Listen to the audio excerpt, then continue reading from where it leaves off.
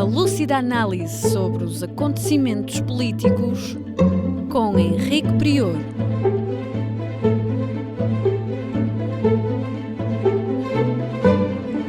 Política impura, na Rádio Transforma. Sejam bem-vindos a mais um Política Impura, na Rádio Transforma e na Revista em Comunidade. Peço-lhes, como habitualmente, para partilharem o programa, colocarem gosto, ouvirem até ao fim e, sobretudo, subscreverem o canal da Rádio Transforma, o que ajuda muito este projeto de comunicação social livre. Começaremos por falar do Porto. Já há muito tempo que não falamos do Porto, mas neste momento há uma obra muito importante a ser realizada no Porto que temos de abordar. Essa obra é aquilo a que a Câmara do Porto chama um Metrobus e diz que é um metro que vai circular entre a Avenida da Boa Vista e a Praça do Império, servindo a Casa da Música e servindo a Universidade Católica do Porto. E nesse projeto vão ser gastos 66 milhões de euros integralmente financiados pela Comissão Europeia. Ora, o Porto tem tido ao longo dos anos sucessivos disparates na organização do trânsito e no estacionamento. Nós lembramos de quantas, ao longo dos últimos 20 anos, quantas alterações não surgiram na Avenida da Boa Vista. E relativamente ao metro do Porto, havia um projeto que ligaria por metro a estação de metro da Casa da Música ao Castelo do Queijo, ou melhor, à zona do Parque da Cidade, e depois iria em viaduto fazer uma ligação ao metro de Matosinhos. Isso foi abandonado em 2009 e aquilo que se decidiu agora foi fazer esse arremedo de metro, essa máscara de metro. É um erro enorme que não serve o Porto, serve apenas os interesses praticamente da Universidade Católica e aquilo que devia ser feito, e afirmamos aqui, também não era essa linha, tal como estava projetada, a linha de metro de ligação a Matosinhos com um viaduto sobre o Parque da Cidade, que era extremamente oneroso, tinha impacto visual enorme. Aquilo que o Porto precisava e que podia ser feito e devia ser feito era uma linha de metro que ligasse a estação da Casa da Música ao Castelo do Queijo, com uma ligação posterior a Matosinhos, ao metro de Matosinhos, e depois uma outra ligação que levaria o metro ao longo da orla marítima até ligar ali próximo do Castelo da Foz, até ligar, depois subir numa ligação até à Praça do Império, depois ir pela Pasteleira e ao Campo Alegre e depois voltar novamente até à Casa da Música. Seria uma linha circular que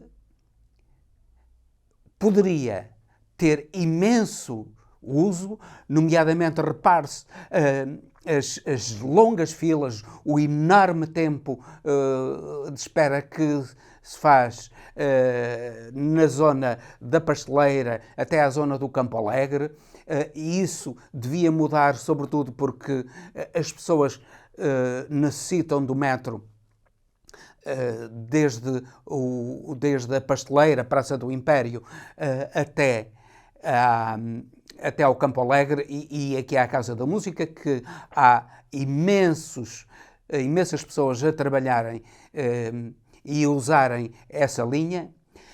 E, portanto, além de servir muito mais população, além de permitir que gente até de fora do Porto acedesse à zona marítima aqui do Porto, seria uma obra para o futuro. Vantagens além de servir muito mais população. Primeiro, o metro poderia transportar 450, agora há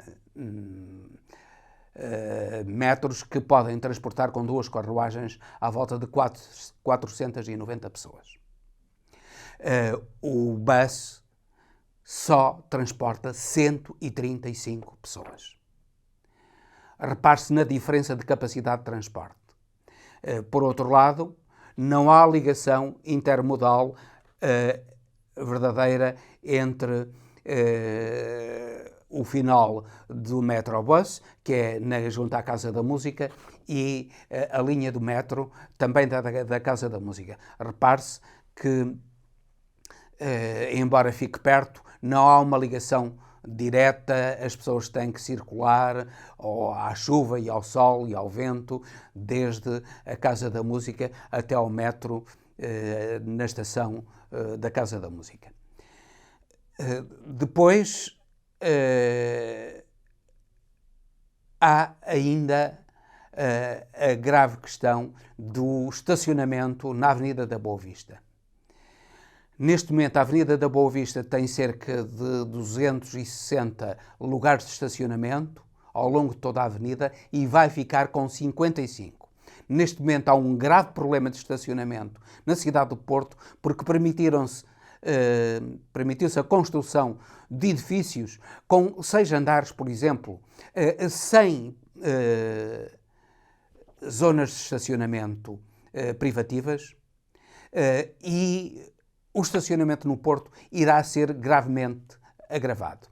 Finalmente, o metro tem já a estação de reabilitação do equipamento preparada e a funcionar e seria uma mais-valia para o uso do metro, do verdadeiro metro e não deste arremedo que é o Metrobus, que é destinado a satisfazer apenas os interesses da Universidade Católica. Lamentamos esta escolha e aquilo que vamos ver é que daqui a uns anos nós vamos ter necessidade, como sucedeu noutras cidades. A América do Sul utilizou muito o Metrobus, mas agora está a alterar muita coisa precisamente porque vê que o Metrobus tem que ter uma ligação às estações do metro ou a linhas do metro que permitam outro tipo de transportes. E daqui a uns anos vamos ver este dinheiro quase desperdiçado, precisamente porque aquilo que agora foi feito não satisfaz os interesses da população portuense e até da população da área metropolitana do Porto. Falamos agora da Europa e da tragédia que é a guerra da Ucrânia e do domínio da Europa pelos interesses americanos. Num texto datado de 1940, a grande filósofa espanhola Maria Zambrano, que se encontrava naquele momento no exílio, na sequência da derrota das forças republicanas na Guerra Civil de Espanha de 36-39, Maria Zambrano escreveu o seguinte: há muitos anos que se repete, a Europa está em decadência. Agora já não parece necessário dizê-lo. Muitas pessoas nisso creem. Referem-se ao acontecimento com uma frase velada ou um sorriso irónico, como que aludindo a um segredo tão divulgado que até se torna elegante ou misericordioso tentar encobri-lo. Ainda que, ao proceder assim, se acabe por divulgá-lo de uma forma humilhante. Isto é, a agonia da Europa estava a ser encoberta naquele trágico ano de 1940, em que as forças de Hitler já tinham tomado Paris, a decadência da Europa estava a ser encoberta pelos europeus e pela comunicação social em geral, particularmente a comunicação social americana. Ora, essa decadência deriva, sobretudo, da arrogância da Europa em determinado momento, do seu colonialismo decadente, que terminou com a queda do último bastião dos impérios mundiais, que foi a queda das colónias portuguesas. Mas, ainda na década de 40, o colonialismo tinha tido o seu revés principal com a independência da Índia, que era a joia da coroa da Inglaterra. A grandeza da Europa verificou-se, sobretudo, em conseguir, na sequência do pensamento grego, criar um pensamento essencial que estivesse virado não para o imediato, para a realidade das coisas imediatas, mas para as questões essenciais do futuro. E a Europa perdeu essa visão. A Europa está a ser dominada desde há anos pelo complexo militar e industrial e pelos interesses das grandes corporações americanas. E foram as grandes corporações americanas que meteram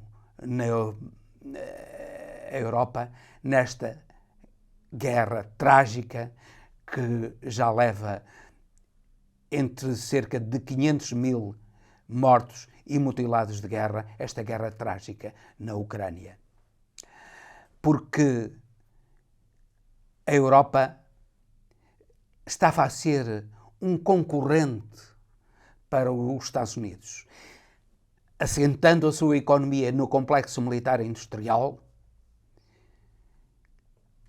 O dilema entre os canhões e a manteiga que qualquer economia tem, os Estados Unidos optaram por investir nos canhões. E por isso, qualquer país ou qualquer união de países, como a União Europeia, que invista na manteiga, esse grupo de países ou esse país é visto como um inimigo. Isto é, no dizer de Donald Trump, em 2018, Donald Trump disse: temos muitos inimigos. Acho que a União Europeia é um inimigo, pelo que nos fazem no comércio. Isto é, a América de Donald Trump e certamente a América de Biden consideram a União Europeia um inimigo. E tudo fazem para a destruir.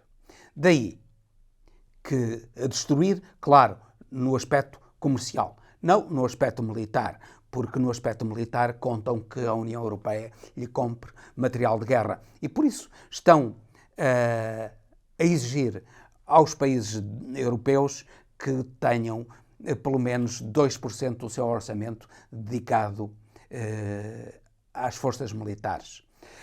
Isto é, 2% do orçamento dedicado à compra, sobretudo, de material bélico americano. Por outro lado, fazem com que a maior economia europeia, a economia alemã, passe a comprar petróleo aos Estados Unidos da América e não à Rússia, que faz com que o preço do petróleo para a Alemanha esteja neste momento a ser servido pelos Estados Unidos ao dobro do preço que era fornecido pela Rússia.